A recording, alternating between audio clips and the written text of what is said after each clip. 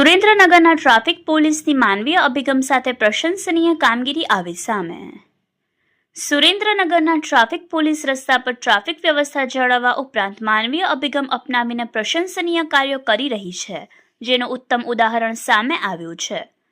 આ અંગે પ્રાપ્ત થતી માહિતી અનુસાર આજરોજ સુરેન્દ્રનગર શહેરના બહુચર ચોક વિસ્તારમાંથી પસાર થઈ રહેલ એક સીએનજી રિક્ષાનું આગળનું ટાયર અચાનક નીકળી જતા ટ્રાફિક જામ થયો હતો।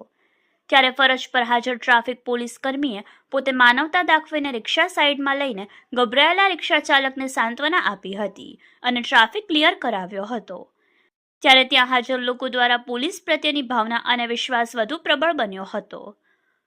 મુશ્કેલ પરિસ્થિતિઓમાં પણ ટ્રાફિક સરળ બનાવવા તાલીમબદ્ધ પોલીસ કર્મી દ્વારા આ પ્રકારની સક્રિય અને માનવતાભરી કામગીરીથી પોલીસ અને પ્રજા વચ્ચેનો વિશ્વાસ વધારી માનવતા મહેકાવી હતી।